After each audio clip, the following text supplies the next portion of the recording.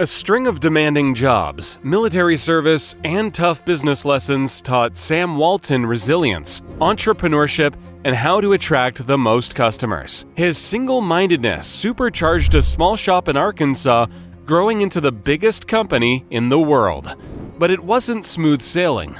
Along the way, allegations of predatory business practices, bribing governments, and labor disputes have threatened to put a stop to a retail juggernaut. This is the story of Walmart.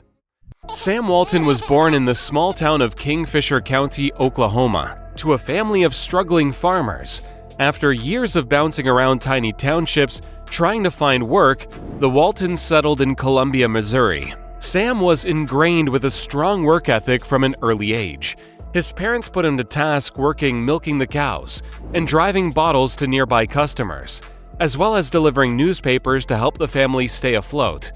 This was during the Great Depression, when 12 million people lost their jobs in the country, and Sam's parents made sure that he would always be able to survive on his own. This work ethic translated to his studies too, when he was admitted into the University of Missouri as a reserve officer in the Army. Walton studied economics, where he excelled and was voted permanent president of his class.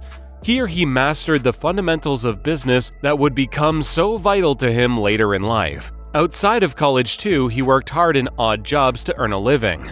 By the time he graduated, the year was 1940, and after a brief stint at JCPenney, a store that would become a major rival of his, Sam joined the U.S. Army Intelligence Corps, where he served for 3 years. During World War II, his intellect was put to use, and his job was to supervise security in aircraft plants rather than deploying on the front lines. It was then that Sam formulated an outline of his master plan. He would turn his attention back to retail, where he had started with JCPenney, but he believed that he had the management skills to turn a small shopfront into a much larger operation. First, he would need some capital to go out on his own, and that's where his wife, Helen Robson, came in. They had married during the war in 1943. Early in their partnership, she would lay down some conditions. Over just a few years, they had already moved 16 times. Helen told Sam that she refused to live in a city or anywhere with more than 10,000 people. Sam didn't know it yet, but this focus on community in small-town locations would be the key ingredient of Walmart's success. At 26 years old, and with an already impressive resume, Sam approached his father-in-law, Leland Stanford Robson, with a business idea. Robson was a successful banker and ranch owner with considerable sway in the business world. Sam knew this was his best shot at real investments. He was able to convince Robson to fund him to take over a variety store in Newport, Arkansas. Seeing the potential of Sam's business instincts, Robson loaned him $20,000, and with $5,000 of Sam's own savings, he bought a Ben Franklin franchise owned by the Butler brothers. Though the property measured just 50 feet wide and 100 feet long, Sam had big plans for it. But apart from his own stint with JCPenney, Sam was woefully inexperienced in the retail world. So, Butler Brothers sent him on a 2-week training course at a different Ben Franklin store to prepare him. Having learned the basics, Sam soon showed that he had no interest in following the conventions of other retail stores. Instead of keeping and maintaining high margins on products, Sam chose instead to offer the lowest prices possible. And he added novelties like ice cream dispensers to make the shop more inviting. And to make sure that customers would continue coming back, Sam ensured that each product was stocked consistently. This strategy paid off. In the first 3 years of operation, he more than doubled the sales from $80,000 to $225,000. He soon secured a lease on a shopfront down the road to stop his main competitor from expanding. Sam now had a department store, which he called the Eagle Store, where he began selling jackets, pants, dresses, and whatever else he could sell. The Eagle Store only turned a small profit, but it kept control of the local market. Plus, it gave Sam valuable experience in managing multiple locations. Meanwhile, 5 years after opening, the Ben Franklin store was generating $250,000 in sales a year and turning $50,000 in profit. His skyrocketing success soon spelled the end of his first venture, though, and delivered a tough lesson in business. The landlord of the property rejected Walton's lease renewal. He had watched Sam's success and now wanted to profit for himself. With no other options, the best Sam could do was sell the inventory of the store for $50,000. And without any other prospective shopfronts in Newport, he was effectively kicked out of the town. It was the low point of Walton's business life, but the next time he went into business, he would be sure not to make the same mistakes. With the $50,000 from inventory and the support of his father-in-law, Sam was able to buy a location in Bentonville, Arkansas, more than 200 miles away. This time, they made sure that the terms were different. Together with the title of the building, the contract included a 99-year lease on the shop next door, in case they wanted to expand. This would lock them into a virtually permanent deal, with no room for the landlord to pull the rug from under them.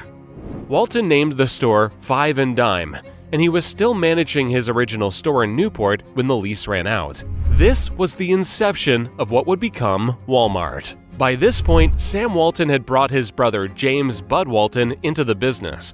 James had also served in World War II, but as a Navy pilot. This became an instrumental part of their business expansion. Together, they bought a second-hand airplane and used it to fly across the state, scouting the terrain and searching for possible new locations. They spotted their next property and, in 1954, set up in Ruskin Heights, Arkansas City. Over the next decade, they acquired several other Ben Franklin stores in Arkansas, Missouri, and Kansas. In less than a decade, the Walton brothers were running a chain of 15 locations. Business is roaring, but Sam Walton can see bigger opportunities. He approaches Butler Brothers, and with his successful track record, tries to sell them on the idea of discount stores in smaller communities, rather than the big urban centers they were known for.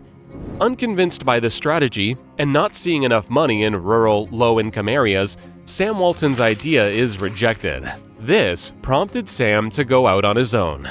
Together with his brother Bud, in 1962, they established their very first independent store in Rogers, Arkansas, and named it the Wal-Mart Discount City. It was twice as big as their shop in Bentonville, and Sam makes a policy of selling as many American-made products as possible. Once again, Sam's formula is a winning one, and Walmart generates almost $1 million in sales in their opening year alone. By placing huge stores in small towns, Walmart can remain close to residential areas. Another advantage is warding off competition, who are hesitant to enter a market dominated by such a big discount store. This becomes the signature of the company, rocketing it to a rapid expansion to 24 stores in Arkansas over the first 5 years, matched by $12.7 million in sales annually, equal to $123 million today. But success and rapid expansion would bring with it new problems, allegations of bribery, and even a long-running war that continues to this day. In 1970, Walmart becomes a publicly traded company and opens at $16.50 per share. By 1972, Walmart is generating $78 million in sales and is listed on the New York Stock Exchange. It's here when Sam introduces a cheer for employees beginning their day. After visiting a Korean tennis ball factory, he is convinced that it is an effective way to keep his employees motivated. The chant is still sung at the start of each day in Walmarts all over the world. Walmart moves to Louisiana, Missouri, Oklahoma, Tennessee, Kentucky, and Mississippi. And as of 1975, Walmart has 125 stores with 7,500 employees. Distribution centers allow for different branches to coordinate logistically and to keep products consistently stocked at all locations. Just as Sam Walton had begun the company, Walmart's expansion was rapid. From $72,000 in sales, a quarter century later, Walmart was generating a staggering $15.9 billion across over 1,000 stores.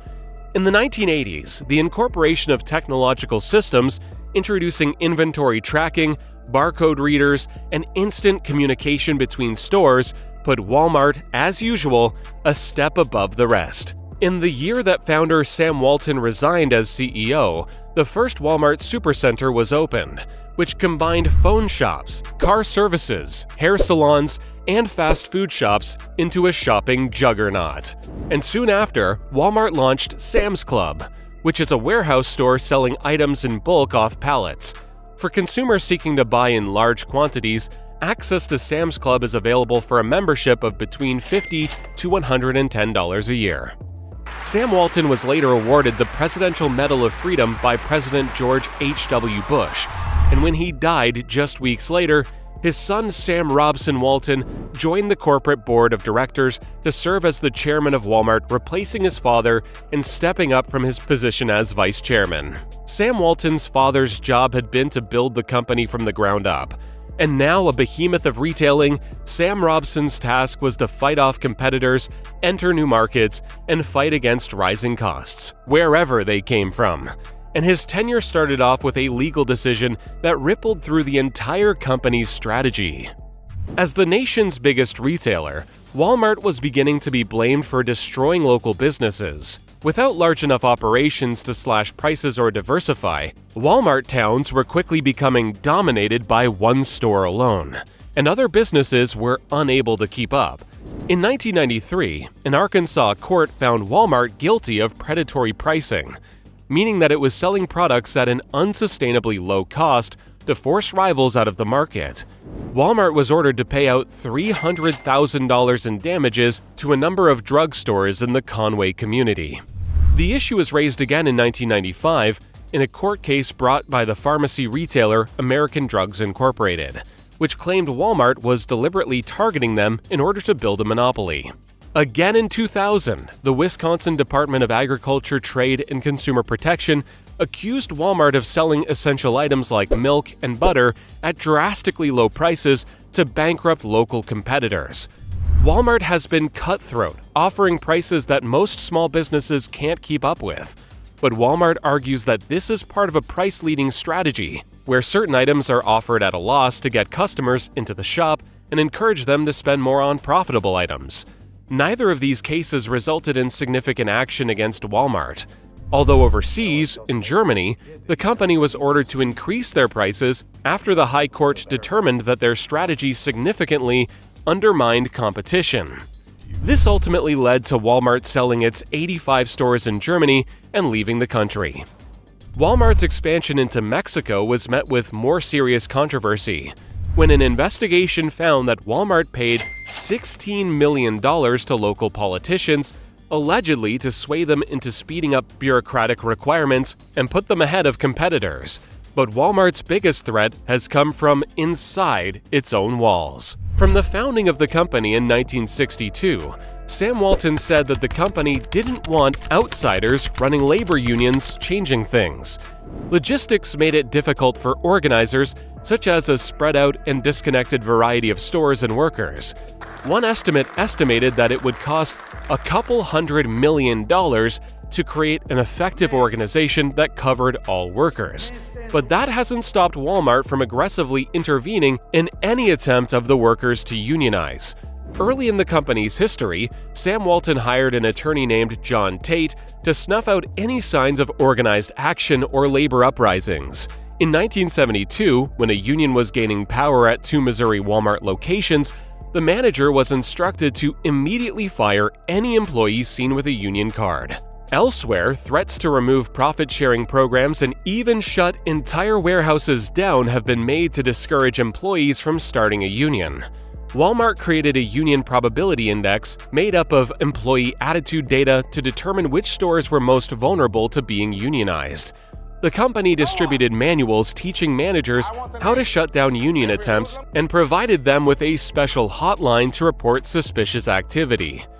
Advocates claim that Walmart has flagrantly violated workers' rights. Between 1998 and 2003, there were 288 charges of unfair labor practices filed against the company, mainly for surveilling and firing workers based on their union affiliations. The company's ability to control its operations, from the factory floor to the shop front, has been a key part of its success. Moving into the 21st century, Walmart topped the Fortune 500 ranking to be crowned the biggest company in the United States. It has also been on a mission to improve its image, committing to disaster relief, sustainable agriculture, and renewable energy. The company continues to roll out Walmart Pay and free two-day shipping on selected items for the convenience of its customers. Sam Walton's strategy to target small communities with discount prices turned into a global retail revolution. Through rapid expansion, countless lawsuits, and internal uprisings, Walmart has fought its way to the top of the world, literally.